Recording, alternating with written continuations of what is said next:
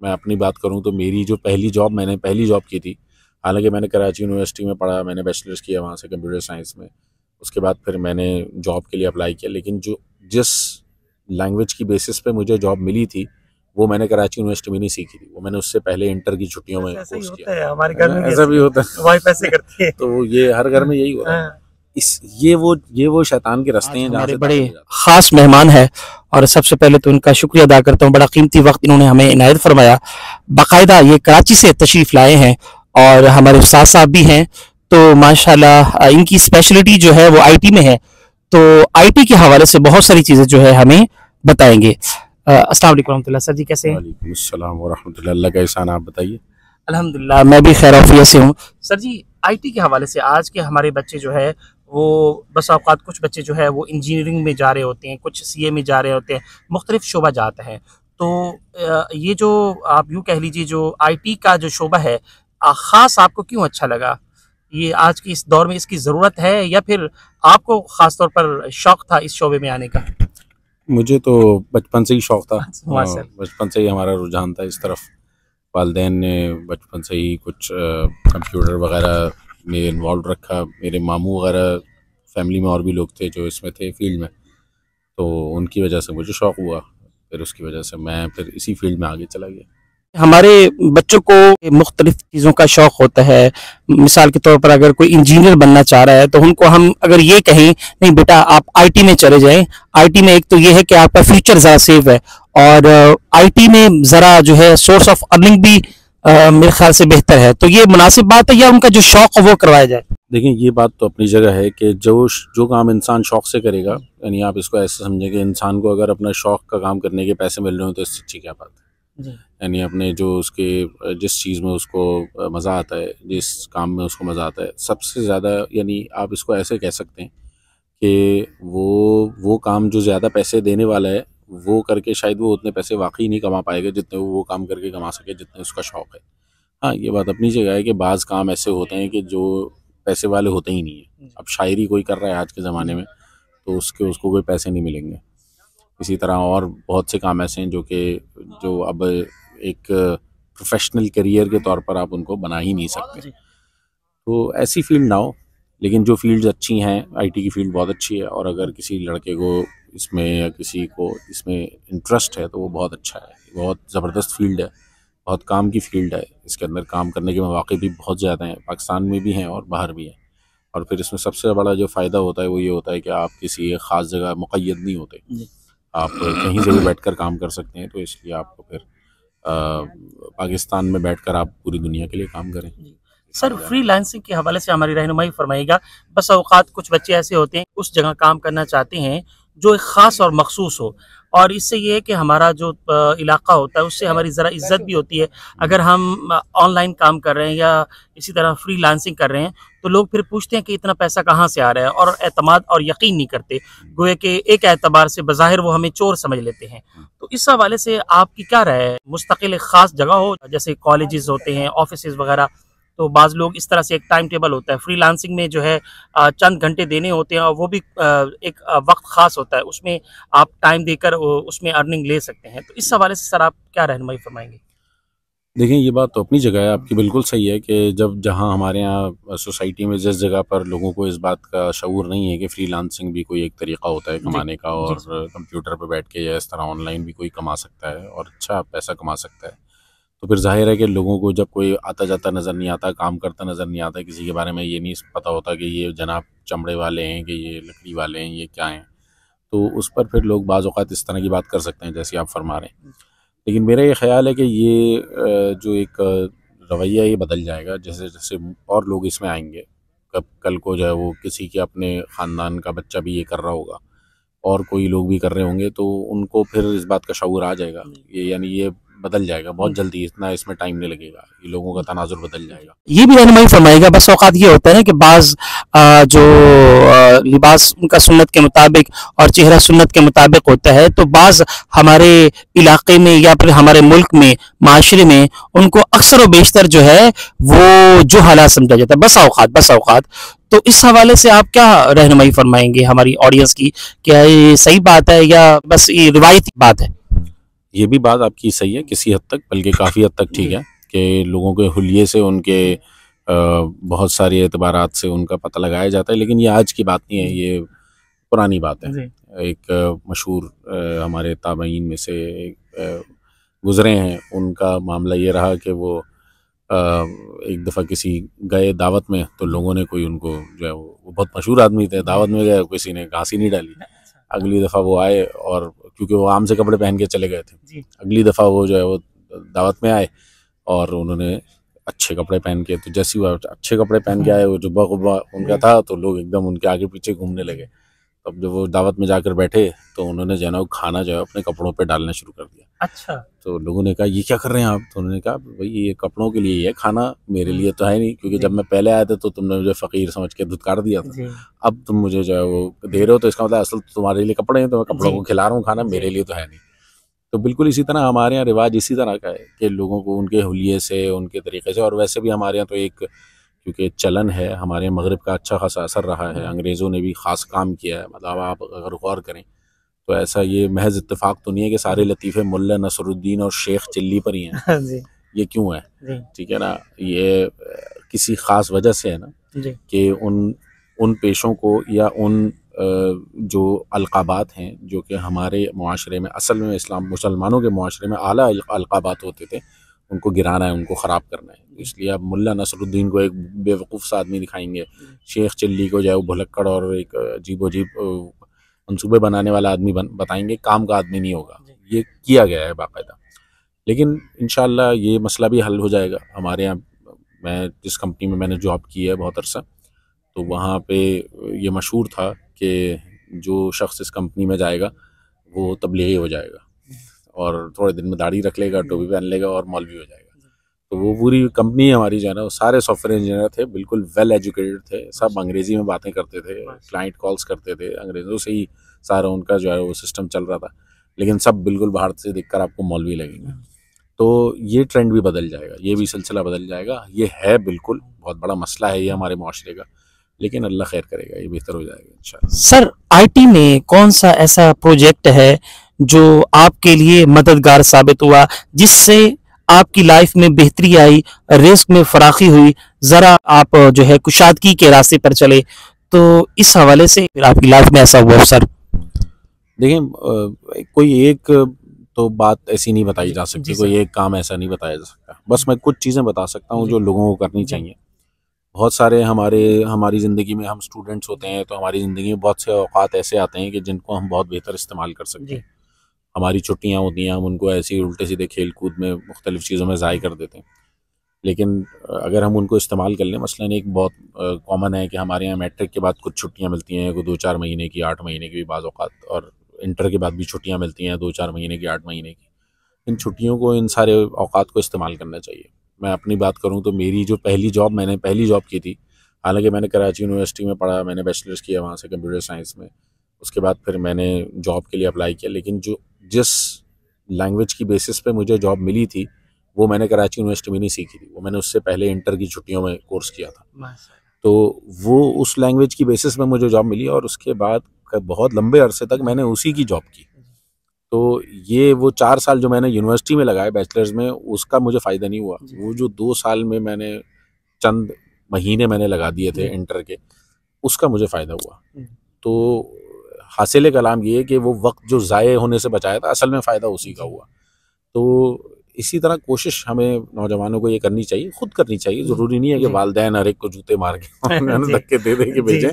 नौजवानों को खुद शऊर होना चाहिए, उनको खुद कोशिश करनी चाहिए कि वो वक्त को अपने ज़ाया ना करें, इस तरह मुख्तलिफ कामों में इस्तेमाल कर लें। सर जी, ये फरमाइएगा कि आईटी इंडस्ट्री जो है उसमें आपके ख्याल से जो है कोई फ्यूचर सेव है, या फिर ऐन मुमकिन है किसी भी वक्त जो है आपको वो नज़रअंदाज कर सकते हैं, या फिर इसी तरीके से मना कर सकते हैं, या फिर आप काम करते हैं तो फिर आपके काम को बाकायदा मुस्तकिल तौर पर देखा जाता है, और जैसे हमारे यहाँ गवर्नमेंट की जॉब है, एक एतबार से यकीन होता है कि 50+ आपकी एज होगी तो फिर उसके बाद जो है आप रिटायरमेंट दे दिया जाएगा, उसके बाद फिर वगैरह वगैरह काम कर सकते हैं। इसमें भी कोई ऐसा मामला है?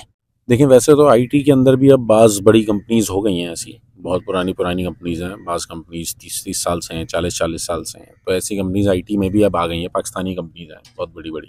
तो वो उनमें जॉब सिक्योरिटी भी एक तरह से होती है।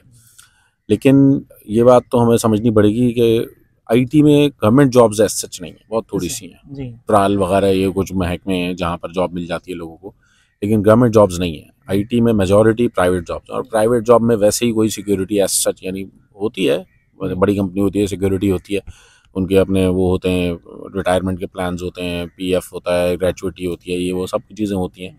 लेकिन बहरहाल इवेंचुअली एक तो हमें वैसे भी यानी अगर हम गौर करें तो ये सारी चीज़ें हैं ना इंसान के अंदर से तवक्कुल को कम करती हैं। जी। तो जितनी ज़्यादा आपकी सेट जॉब होगी, एक यानी कंफर्म जॉब है जनाब, पक्की जॉब है, ये है वो है, तो आपको जो है ना वो रब तो याद नहीं आना फिर तो आपको फिर तो सब अच्छा चलता रहेगा। तो एक तरह से ये चीज़ें, मैं ये नहीं कह रहा कि कोई बहुत अच्छा है कि लोगों के परेशानियाँ रहें, ये बात ये असल में ये नहीं है, परेशानी ना भी आए, लेकिन ये जो सुकून इंसान को मिल जाता है कि जनाब कुछ नहीं होने वाला, ये सुकून इंसान को रब से दूर करता है असल में। तो और फिर सिंपल सी बात है, असल ये है कि अगर हम इस तरह से परेशानियां दुनिया में जो है उनको अवॉइड करने की कोशिश करेंगे और आसानी से आसानी ढूंढेंगे, तो उसका रिजल्ट भी कहीं ना कहीं निकलेगा। आज जो आराम मैं कर रहा हूँ ना, कल उसकी वजह से कोई ना कोई मुझे मुशक्क़त उठानी पड़ेगी, ये सिंपल सी बात है। आज जो मुशक्क़त उठा रहा हूँ, कल उसका कोई आराम मिलेगा। ये वही है, इन्ना मअल उसरि युस्रा, अल्लाह सुब्हानहू व तआला ने फरमा दिया। तो इन चीज़ों से डरना नहीं चाहिए, ख़ास तौर से नौजवानों को तो इस रविश पे जाना ही नहीं चाहिए कि कोई सेट जॉब हो, जॉब सिक्योरिटी हो, ये हो। उनको तो ये देखना चाहिए कि मेरी लर्निंग सबसे अच्छी कहाँ हो रही है, क्योंकि अभी उनका टाइम है, वो अगर शुरू कर रहे हैं। अगर आप ये नौजवानों के एतबार से पूछ रहे हैं तो मैं उसके एतबार से जवाब दे रहा हूँ कि ये जो सेट जॉब का एक रविश है, आईटी में तो ख़ास तौर से ये नहीं है। आईटी में मेजॉरिटी प्राइवेट कंपनीज है, और ये एटीट्यूड भी अच्छा नहीं है कि आप शुरू से ही आप तनासानी की ज़िंदगी गुजारना चाहते हैं, तो ये अच्छी बात नहीं है। कोशिश करें कि ज़्यादा सीखने वाली जॉब करें, फ्री में भी काम करना पड़े ना करें, लेकिन सीखने वाले काम करें। सर, ये आईटी में जो प्रोग्रामिंग होती है, इस हवाले से कहाँ कहाँ बच्चे किस तरह से सलाहियत लें? जैसे आप अभी फरमा रहे थे अपनी बात में कि आपने ग्रेजुएशन कराची यूनिवर्सिटी से की और बीच में कुछ आपको वक्त मिला छुट्टियों का, उसमें आपने कुछ अपनी जी कोशिश की और फिर अल्हम्दुलिल्लाह उसी पे आपको जॉब भी मिल गई। तो प्रोग्रामिंग के हवाले से जो आईटी में है, उस हवाले से नौजवानों के लिए क्या मशरक है, क्या क्या वो करें? उसमें आईटी में स्पेशलिटी में भी कुछ चीज़ें खास हैं जो उनके लिए मजीद अर्निंग का मामला बने। आजकल बहुत सारी फील्ड्स ऐसी हैं जिनमें बूम है, जैसे एआई की फील्ड है, डाटा साइंस की फील्ड है, और क्लाउड कंप्यूटिंग वगैरह, ये सारी फील्ड्स हैं, उनमें बूम है। तो इन फील्ड्स में जाएं, बहुत अच्छी बात है। लेकिन इन सारी फील्ड्स में जाने से पहले आपको कोई ना कोई लैंग्वेज सीखनी पड़ेगी, किसी ना किसी लैंग्वेज के अंदर आपको स्किल डेवलप करनी पड़ेगी। तो उसके लिए जो लैंग्वेजेस मेरे नज़र में बेहतर हैं, आपको जल्दी आप कुछ काम करना शुरू कर दें, उसके लिए सबसे आसान लैंग्वेज जो है पाइथन है। ठीक है, पाइथन लैंग्वेज आप सीखें, उसके बाद आपको आसानी से काम भी, वो लैंग्वेज भी आसान है, सीखना भी उसको आसान है, और उस पर काम करने में आपको ज़्यादा मौक़े भी मिल जाएंगे, ख़ास तौर से डाटा साइंस और ये जो एआई की फील्ड है इसमें। पाइथन के साथ साथ अगली जो लैंग्वेज है वो फिर आप जावा की लैंग्वेज सीख सकते हैं।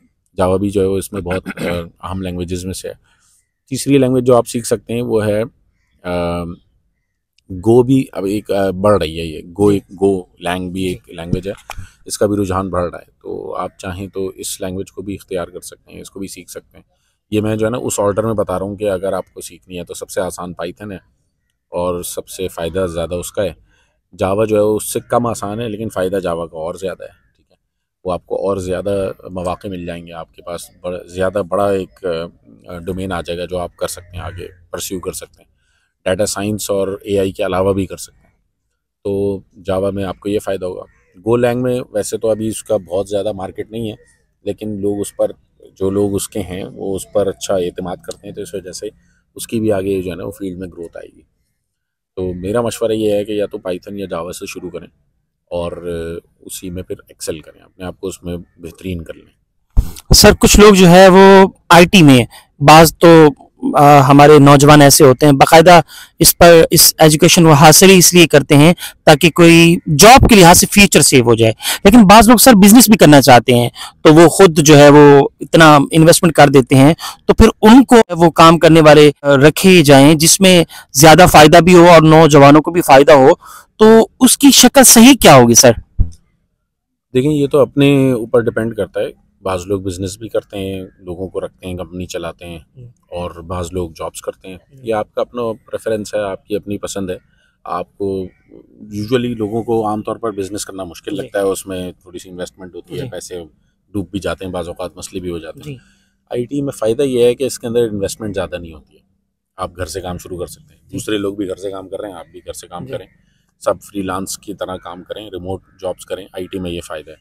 तो इसलिए आपको वो जो पैसे डूबने वाला मसला है ना, वो तो कम है। तो इस वजह से आईटी में अपनी कंपनी शुरू करना और उसको चलाना आसान है, ज़्यादा आसान है। लेकिन एक हमारे यहाँ होता है मसला कि भाई जब तक किसी एक जगह लोगों को बिठा के काम ना कराया जाए तो लगता है कि लोग काम ही नहीं कर रहे हैं। वैसे आईटी में ऐसा नहीं है। जनरली आईटी के अंदर जो लोग आ रहे हैं नए, वो ज़्यादातर ऐसे होते हैं कि वो रिमोट जॉब में भी ठीक काम करते हैं। वो समझदार लोग होते हैं, क्योंकि उनको पता होता है कि काम इसी तरह होता है।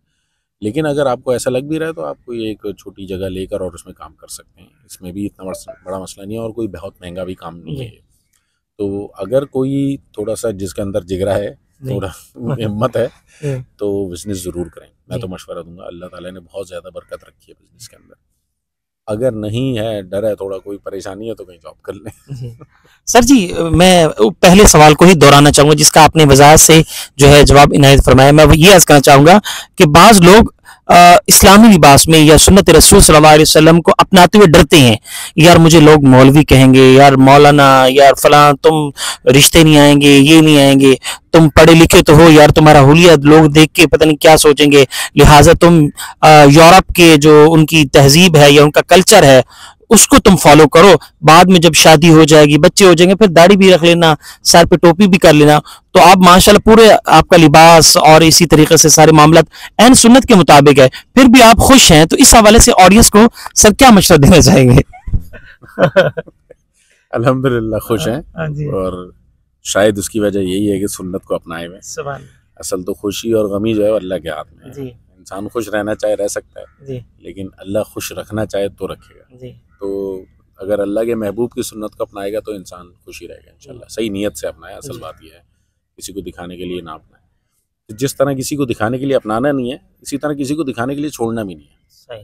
क्योंकि मेरी ज़िंदगी किसी और के लिए नहीं जी रहा मैं। मेरी ज़िंदगी तो मेरे और मेरे रब का मामला है। मैं अपने रब की आंखों में अच्छा हो जाऊं, ये मेरी ज़िंदगी की कामयाबी है। और मैं अपने रब की आंखों में अगर किसी काम का नहीं, दुनिया मुझे कुछ भी समझती रहे, कारून की तरह मेरी, यानी एक लम्हे की बात है, एक लम्हे पहले वो मेरी जो दौलत को देखकर वो तमन्ना कर रही होगी कि ऐसी दौलत हमें भी मिल जाए, और जब कोई मसला मेरे साथ होगा तो अगले ही लम्हे वो कह रहे होंगे हम ऐसे ना होते।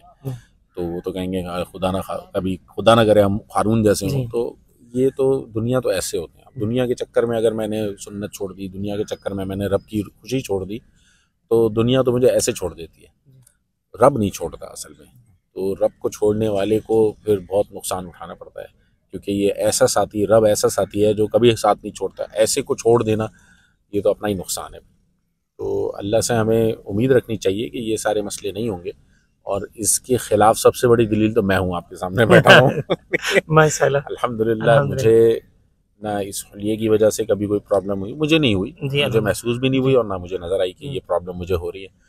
और अगर अल्लाह का शुक्र है कहीं मुझे कोई प्रॉब्लम लगनी भी थी तो अल्लाह ताला ने उसका कोई हल करवा दिया, कोई इतना मसला नहीं हुआ। अल्लाह का बहुत एहसान है। सर हमारी जो यूथ है, हमारी यूथ तो वो सोशल मीडिया को बहुत ज़्यादा यूज़ करती है। सो रही है तो सामने मोबाइल है, कुरान पढ़ रही है तो मोबाइल को निकाला हुआ, चलो इसी में से कुरान पढ़ लें, और इसी तरीके से सुबह उठते हैं तो नमाज के बजाय पहले मोबाइल को देखते हैं। तो ये फरमाइएगा कि सोशल मीडिया हमारा आज का जो यूथ है वो किस हिफाजत के साथ यूज़ करे, और उसके लिए क्या क्या तरीके होने चाहिए, ताकि ज़ाहिर अब ये ज़रूरत की चीज़ भी है, अब इस्तेमाल भी करना है। जैसे आप माशाल्लाह आपकी स्पेशलिटी है आईटी, तो आप तो इन चीज़ों में बेहतर अंदाज में उनको जो है वो पॉइंट्स बता सकते हैं या फिर उनको गाइड कर सकते हैं। तो हमारा जो यूथ है वो बहुत कमज़ोर हो रहा है, ख़ास तौर पर एक तो दिमागी वीकनेस है उनकी, और दूसरा सेहत के लिहाज से भी कमज़ोर हैं, याद दहानी भी बड़ी कमज़ोर है, हाफजा भी कमज़ोर है। और आपके इल्म में होगा कि जब हम इस तरह से सोशल मीडिया को यूज़ करेंगे जिसमें खुदा न खास नामुनासिब कंटेंट होगा, तो यकीनन एक नुकसान का पहलू तो ज़रूर होगा। इस हवाले से आप सर क्या हमारे यूथ को क्या मैसेज देना चाहेंगे? बिल्कुल सही बात है ये। देखें हमारी जो तन्हाई की ज़िंदगी है उसको बहुत ज़्यादा ख़राब करने वाली चीज़ों में से ये सोशल मीडिया है। ये जो सारे इलेक्ट्रॉनिक मीडिया के जो असरात, जितनी बुराइयाँ उसकी थी उसको आप कई गुना बढ़ा दें, वो ये सोशल मीडिया के अंदर आ गया। इलेक्ट्रॉनिक मीडिया में तो ये था कि जनाब लाउंज में एक बड़े कमरे में टीवी लगा हुआ है, जो कुछ इंसान कर रहा है वो सारी दुनिया को नज़र आ रहा है। लेकिन सोशल मीडिया में तो ये हो गया कि जनाब मोबाइल में आ गया, अब वो मैं कहीं भी मोबाइल लेकर बैठा हुआ हूँ, मेरी तन्हाई में मेरे पास है, तो उसमें जाहिर है कि शैतान तो हर एक के साथ होता ही है। तो इंसान को जो है वो उकसाता है ऐसे कामों पर और ऐसी बातों पर, और थोड़ा थोड़ा करके उसको जो है ना वो चीज़ें जो है वो उसको लगाना शुरू करता है। हमें इसमें सबसे पहले तो ये कोशिश करनी चाहिए कि तन्हाई में हम ऐसी चीज़ों को अवॉइड ही करें, इस्तेमाल ही ना करें। सबसे अच्छा तो ये है कि हमें खुद ही हम ख्याल रखेंगे ऐसे कामों में पड़ो ही नहीं। अगर बिलफर्ज ज़रूरत है कोई, ज़ाहिर है अब जैसे हम बात कर रहे हैं कि भाई कोई लोग ऑनलाइन काम कर रहे हैं, इस तरह की कुछ कर रहे हैं, तो उसमें उनको ये सब इस्तेमाल भी करना पड़ेगा, बाज़ लोगों को तो बनाना भी पड़ेगा ये सब। तो अब उसमें क्या करें, तो इसके लिए तो देखें सादी सी बात समझ लें कि उन लोगों को वो एक बिज़नेस चला रहे हैं और उनका बिज़नेस उतना चलेगा जितना आप उसको इस्तेमाल करेंगे। उनका तो मकसद ये है कि आप सारी दुनिया को छोड़ दें, आप भूखे मर जाएं, आपकी हालत ख़राब हो जाए, आपका जिस्म ना चले, लेकिन आपके पास हाथ चलें और आपकी आँखें चलें और आपका जो है ना वो दिमाग चल रहा हो और बस आप उसमें काम करते रहें उनका। तो असल में तो उनके लिए ये पैसा बनाने की मशीन बनने से हमें बचना चाहिए और हमें असल में अपनी सेहत को बर्बाद करके उनकी जो है वो तिजोरियाँ भरने से अपने आप को बचाना चाहिए। और हमें कोशिश ये करनी चाहिए कि जितनी ज़रूरत है कोई भी काम करें ज़रूरत के हिसाब से करें। एक तो सबसे पहले अपनी ज़िंदगी का नस्ब उलैन बना लें कि भाई मेरा ये टारगेट है, ये मुझे जन्नत हासिल करनी है, मुझे दुनिया में जो है वो ये काम करना है, ये काम करना है, और फिर उसके हिसाब से अपनी ज़िंदगी गुजारें। जब इंसान ये सारी चीज़ें अपने जहन में क्लियर कर लेता है तो फिर उसको पता चलता है कि ये वक्त ज़ाय कर रहा हूँ मैं, ये वक्त ज़ाय कर रहा हूँ। तो अपनी ज़िंदगी को देखें और ऐसे कामों को निकाल ही दें अपनी ज़िंदगी से कि जिनमें वक्त ज़ाय होता है। फिर आते हैं कि अब जिस जो ज़रूरतन भी अगर इस्तेमाल करना पड़ रहा है तो उसमें फिर क्या करें, उसमें ज़ाहिर है कोशिश करें नज़र की हिफाजत करें। बाज़ उलमा तो ये कहते हैं कि इंसान एक गलत मंज़र देख लेता है तो उसका हाफ़्ज़े के अंदर बहुत कमी आ जाती है। बाज़ उलमा तो ये भी फरमाते हैं कि बड़े बड़े जो है वो जो मुहद्दिसीन थे वो अपनी नज़र की ऐसी हिफाजत किया करते थे कि बाज़ औक़ात उनको ये होता था कि एक दफ़ा किसी नामहरम को अगर देख लूँगा मैं तो मुझे जो है वो ये मसले हो जाएंगे। और उनको बाकायदा बाज़ लोगों ने अपने तजुर्बात भी इसमें बताए कि उनके हाफ़्ज़े से पता नहीं कितने कितने अहादीस के जो है वो सनदें निकल गई और ये हो गया सिर्फ इस वजह से कि किसी नामहरम पर नज़र पड़ गई। तो इन सब चीज़ों की के असरात होते हैं, अल्लाह की नाफरमानी के असरात होते हैं इंसान के ऊपर, हमें उससे बचकर रहना चाहिए। मैं ये नहीं कह रहा कि कोई हम फरिश्ते हैं, हम बिल्कुल बच सकते हैं, ज़ाहिर है हम इंसान हैं, गलती हो भी जाती है। अगर गलती हो जाए तो भी हम तौबा करें और उसको फिर आइंदा ना करने की कोशिश करें। लेकिन ये उसूली तौर पर ये उसूल अपना बना लें कि वो काम अपनी ज़िंदगी से निकाल ही दें जो लायानी है, जिसका कोई फ़ायदा नहीं है।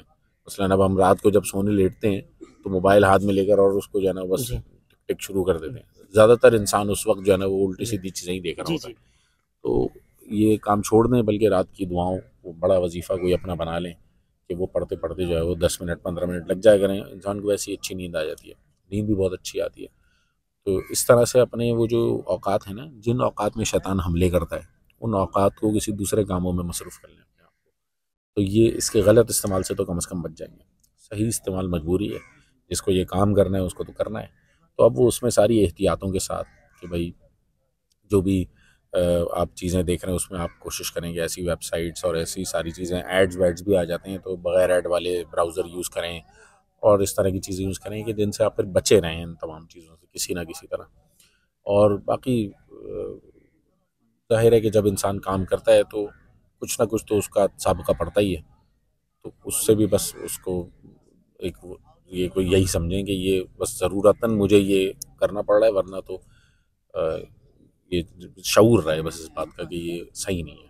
अल्लाह ताला आसानी करे हमारे समझने के लिए, लेकिन मुश्किल तो है ये मामला। आजकल हम सभी इसमें मुब्तला हैं। अल्लाह ताला हम सबके लिए आसानी करे। सर जी, ये तो आपने बात फरमाई यूथ के लिए।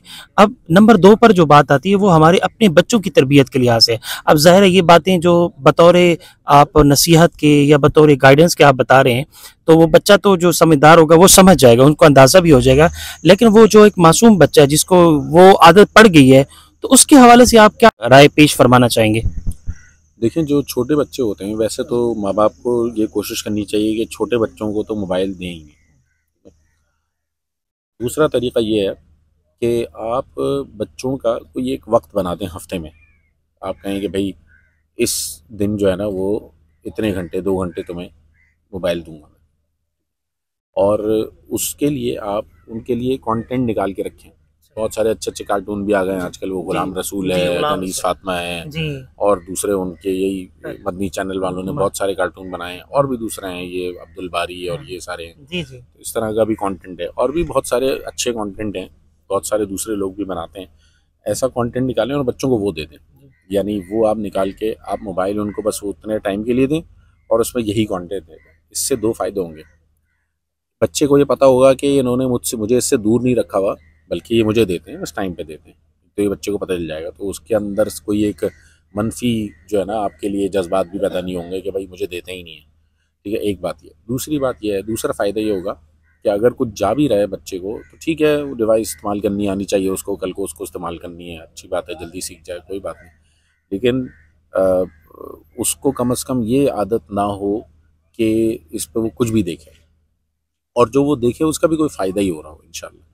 तो हम कोशिश ये करें कि पहली बात तो ये बच्चे को दें ही ना, आदत ही ना पड़े उसको। अगर कोई छोटा बच्चा है तो उसको तो आदत ही नहीं है। हमारे यहाँ बहुत सारे नुकसानात, गलतियाँ बाज़ औक़ात माएँ कर देती हैं, भाई ये खा नहीं रहा तो बच्चे को वहाँ बिठा के रखने के लिए मोबाइल लगा दिया। भाई बच्चे तो सारे हमेशा से तारीख में सारे बच्चे ऐसे ही खाते थे कि वो एक लुकमा खाता था और जाकर ऊपर चढ़ जाता था, कहीं कोई छलांगे मारना शुरू कर देता था। सारी माँ ने ऐसे ही खिलाया। तो किसी माँ ने भी जो है ना वो बच्चे को अखबार नहीं दे दिया था कि ये लो तुम अखबार पढ़ो और खाओ, ठीक है ना, ऐसा नहीं होता। वैसे ऐसा ही होता है हमारे घर में, ऐसा भी होता है, वाइफ ऐसे करती है। तो ये हर घर में यही हो रहा है। ये वो शैतान के रास्ते हैं जहाँ से दाखिल हो जाता है शैतान, फिर मोबाइल की आदत डल जाती है बच्चे को। तो असल जो तरीका है इसका वो ये है कि आप थोड़ा अपने अंदर तहम्मुल पैदा करें। नहीं खा रहा तो आप ना खिलाएं उसको, यानी ना खिलाएं का मतलब ये नहीं है कि ज़बरदस्ती उसको एक ही सिटिंग में बिठा के खिलाना ज़रूरी नहीं है। बच्चे को थोड़ा बड़ा होगा ना तो उसकी भूख बढ़ जाएगी, वो खुद ही बैठ के खाने लगेगा, ठीक है। असल बात वहाँ पर ये है कि वो जो मोबाइल की आदत गलत डाल देंगे ना आप उसको, वो नहीं छूटेगी सारी ज़िंदगी।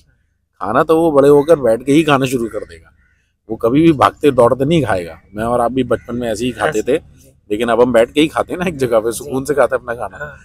लेकिन वो जो मोबाइल के साथ उसको खाना खाने की आदत पड़ेगी, उसकी वजह से जो उसको मोबाइल का एक आदी बन जाएगा, वो एक नशा हो जाएगा जो उसको मोबाइल का, वो ख़त्म नहीं होगा फिर कभी। तो इतना बड़ा नुकसान सारी ज़िंदगी करने से बेहतर है कि थोड़ी सी बर्दाश्त कर लें। एक लुकमा खा लिया बच्चे ने, उसको किसी तरह ऐसे करके। मेरे एक बहुत अच्छे दोस्त हैं बचपन के, मतलब यूनिवर्सिटी के दोस्त हैं, वो एक दिन हमारे घर कभी कंबाइंड स्टडी के लिए आया करते थे। तो मेरी वालदा जो है वो हमें अक्सर पराठे जो बना के देती थी, उन सब दोस्तों के लिए पराठे बनते थे, तो उसमें कभी वो तिकोना पराठा बनाती थी, कभी चौकोर बना देती थी, कभी स्टार शेप का। हालांकि हम बड़े थे लेकिन इसके बावजूद वो खूबसूरत अंदाज में बनाती थी, क्योंकि उनको आदत थी ये काम करने की। तो वो ऐसा भी कर सकते हैं कि बच्चों के लिए खाने को ऐसा बना लें।